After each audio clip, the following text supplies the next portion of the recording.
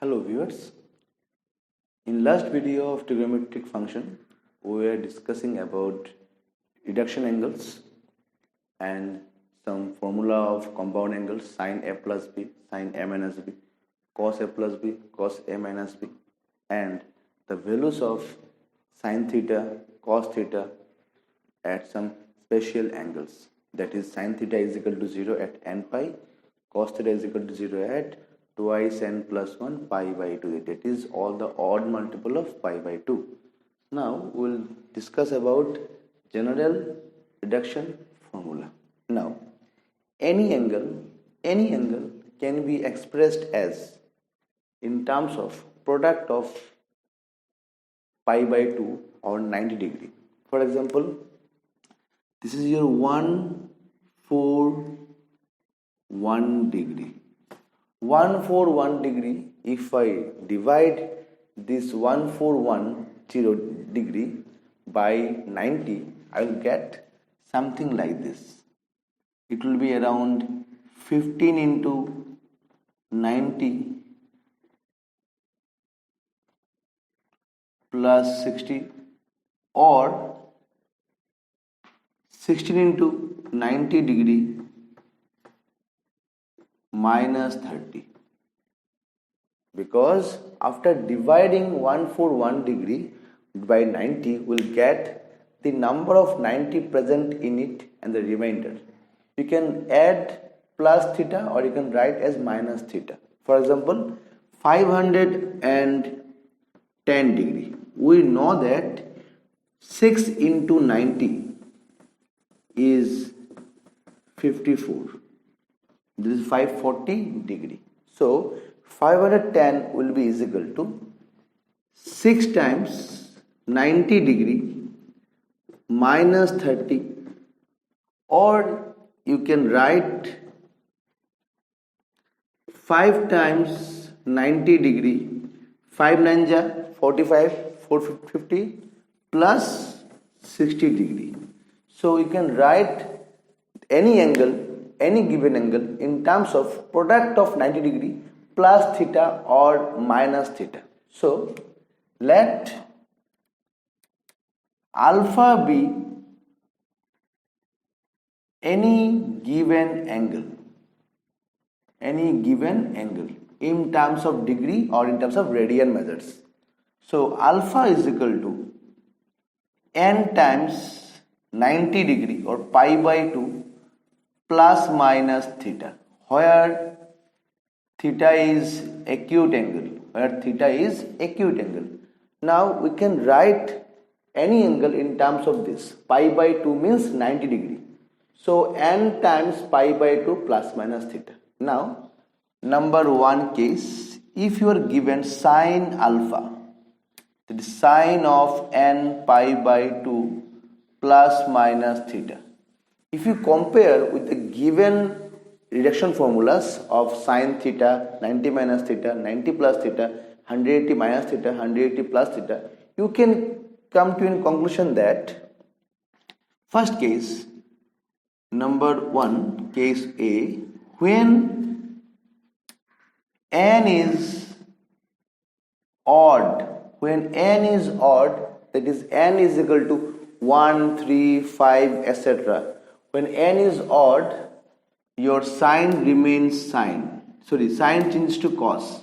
When n is odd, sine changes to cos. It will be cos theta, and the sine of this will depend on the angle in which the angle alpha lies.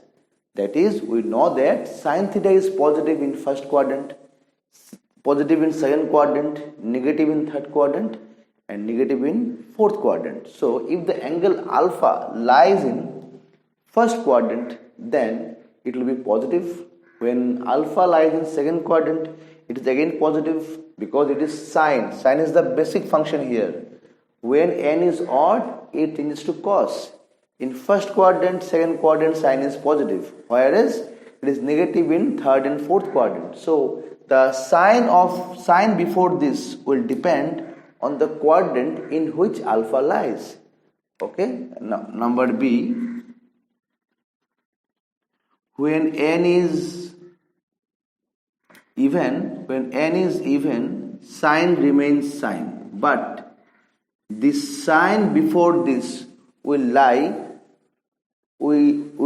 depend on the quadrant in which alpha lies. Okay, so it can be plus or can be minus, plus or minus. Similarly, if you think about cos theta,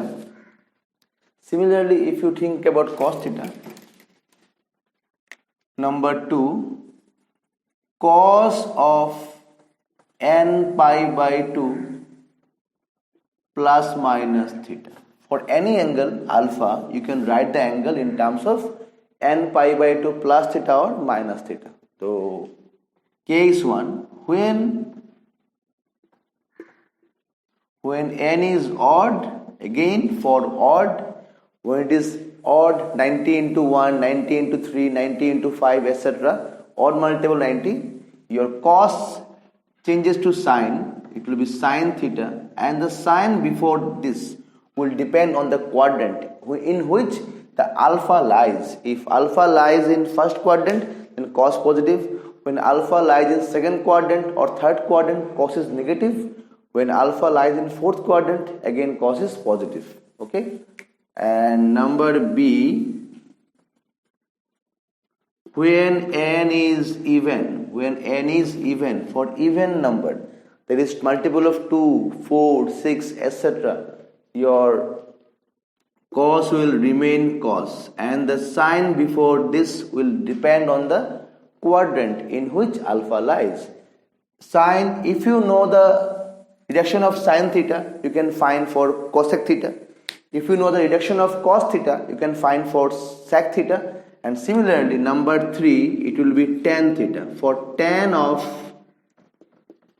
n times pi by 2 plus minus theta, your case 1 is when n is odd. Now for odd number, your tan changes to cot theta, and there is a sign before this. It will depend on the quadrant in which the alpha lies.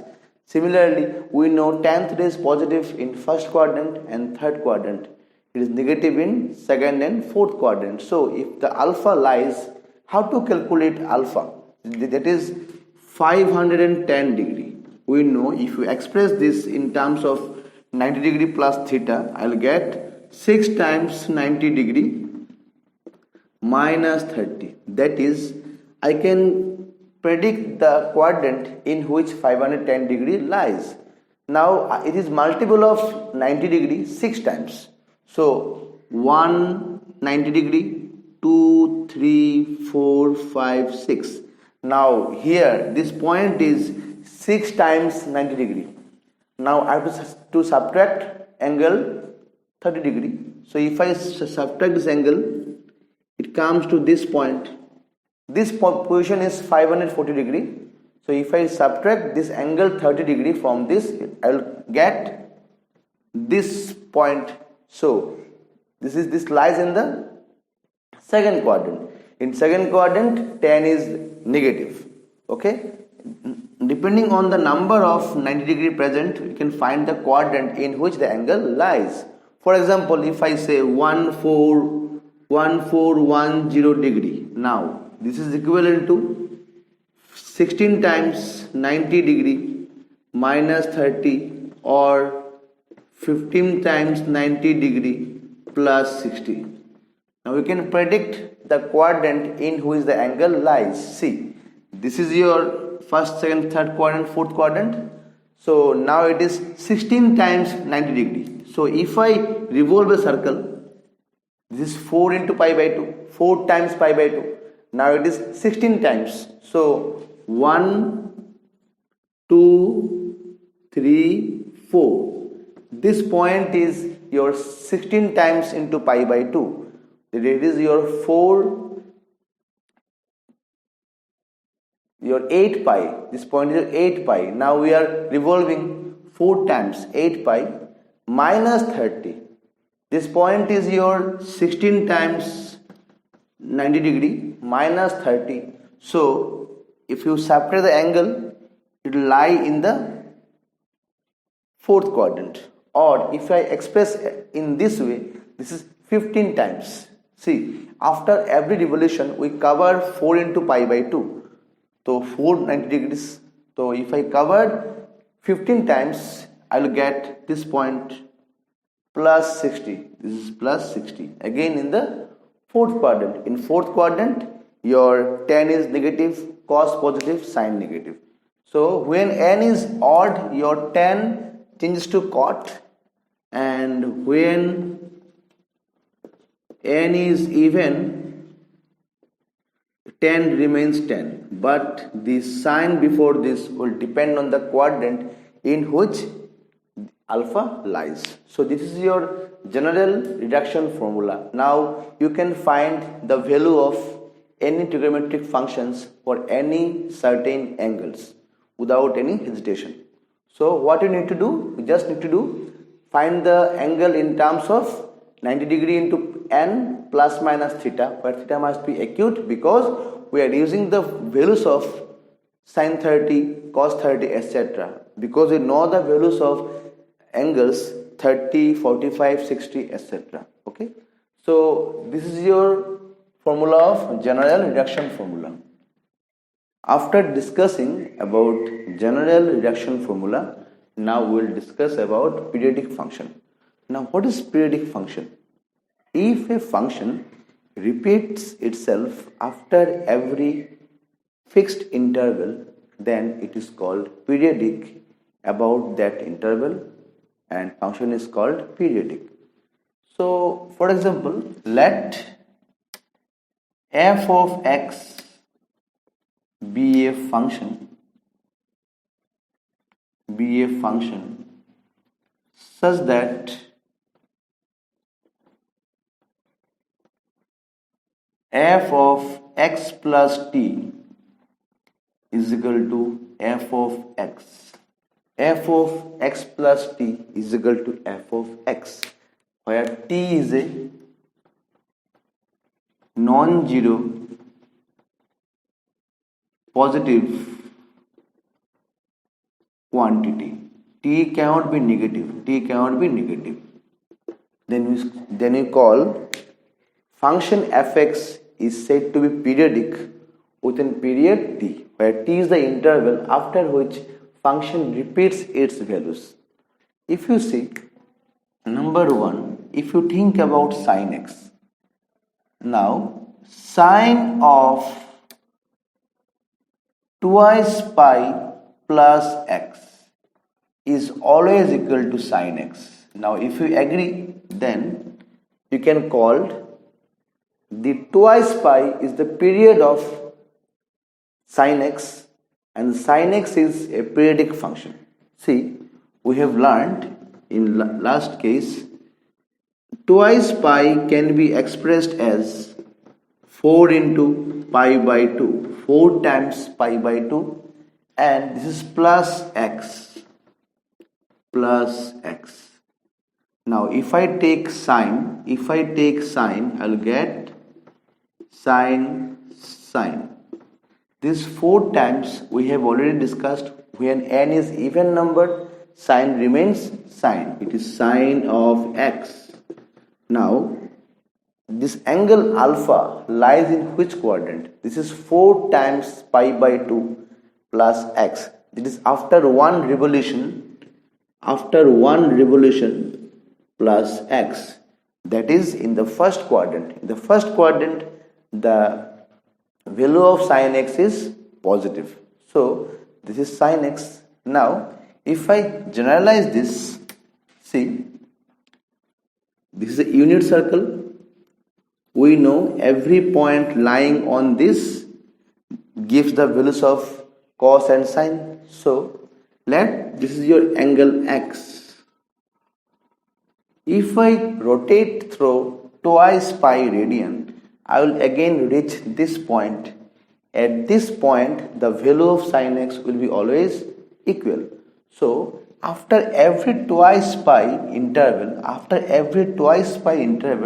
we are again reaching the same point, same exact point on the circle.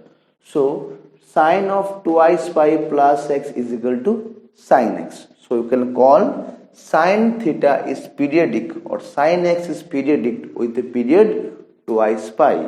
Okay, so you can call sin x is a periodic function. Similarly, what about cos x? Now we know every point lying on this unit circle represents the points of values of sin x and cos x. Now here cos x is positive. If I travel twice pi radian, that is the angle x plus twice pi, then I will again reach this exact point. In this point the value of cos x will be always same. Now for this angle, suppose this angle x. Now if I travel through twice pi radian and I reach this point again, at this point the value of cos is negative. After twice pi radian, if I reach this point again, it will be again negative. So the value of cos x remains same after every twice pi radian. So you can call cos x is a periodic function with a period of twice pi. And what about tan x? We know tan x is positive here, negative here, positive here, negative here. Now in this point your tan x is positive. Now if I rotate through pi radian, I will reach this point. At this point the value of tan x is again positive. At this point tan is negative. If I rotate through one circle and I reach half circle and I reach this point, here the value of tan is again negative. So we can say that tan theta is periodic after every pi radian. So pi is the period of tan x, whereas for sin x and cos x the period is twice pi. So what is periodic function? A function is said to be periodic if it repeats itself after every fixed interval. For the function fx, it repeats itself after every t interval. So f of x plus t is equal to f of x. So you can come to the conclusion that number 1, sin x is a periodic function with a period twice pi. After every twice pi radian, the value of sin x remains same. That is,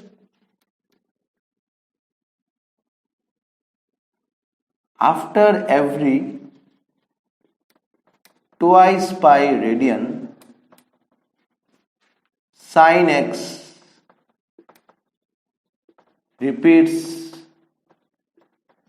itself. So we can write, hence we can write sine of twice pi plus x is equal to sin x. So after one revolution, the value of sin x remains same. This is after one revolution. Now after n revolutions,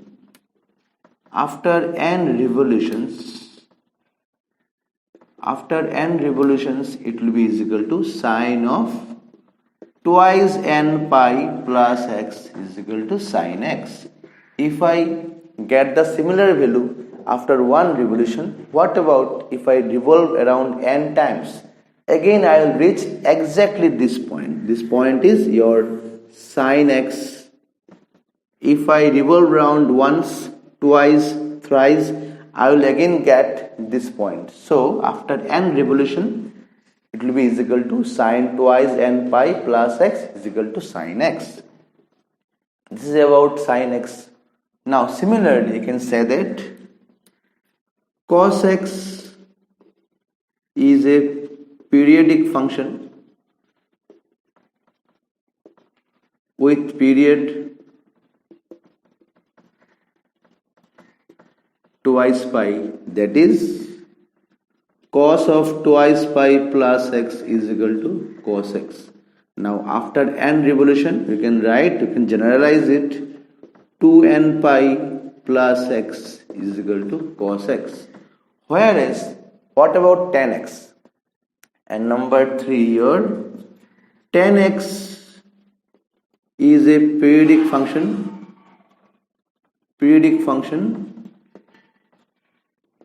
with period pi. That is, after every pi radian, tan of pi plus x is equal to tan x. Now if I revolve n times, it will be equal to tan n pi plus x is equal to tan x.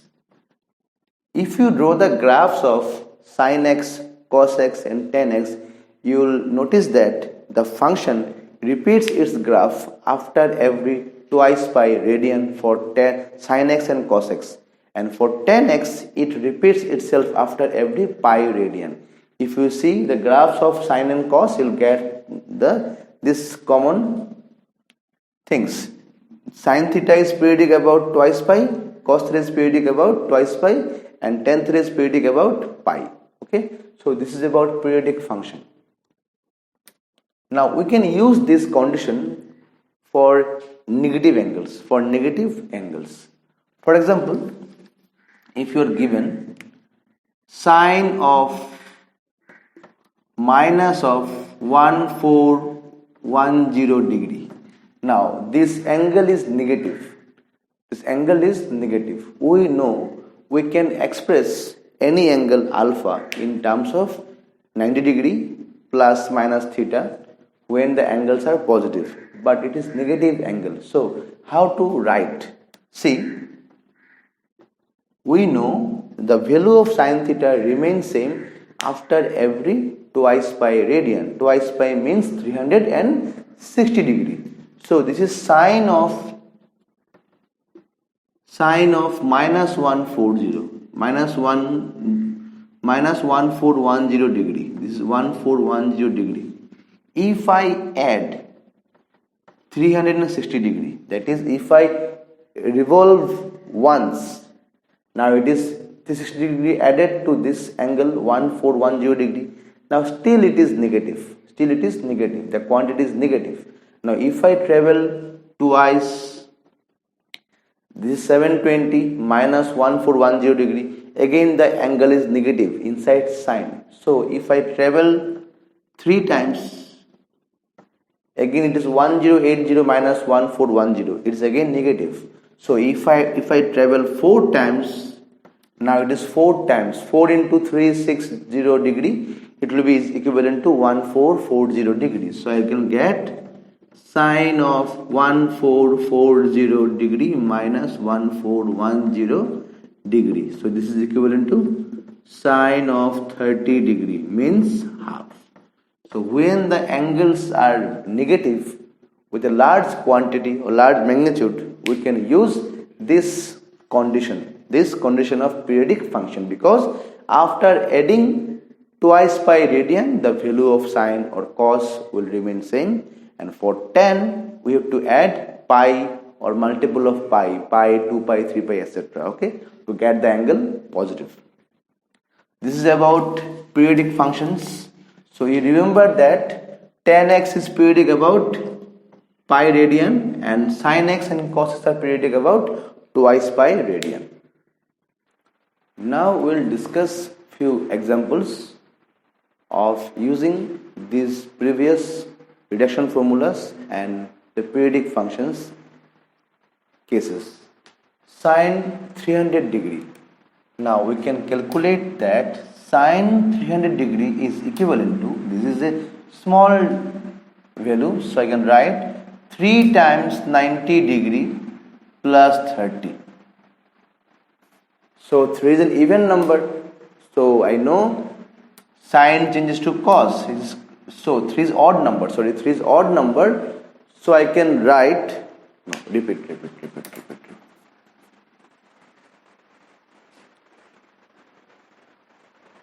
Now we'll discuss some examples. This is sine 300 degree. We know this angle is 300 degree. It means 3 times 90 degree plus 30 degree. So this is odd number. 3 is odd number. Sine changes to cos cos 30 degree. Now I have to check it lies in which quadrant.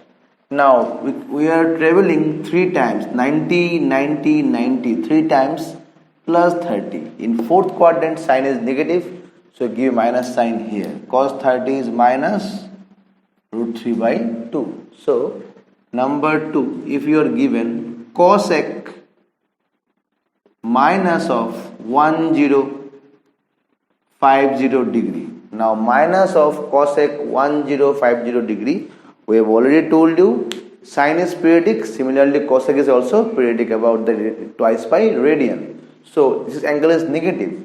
Now how to make it positive? Cosec.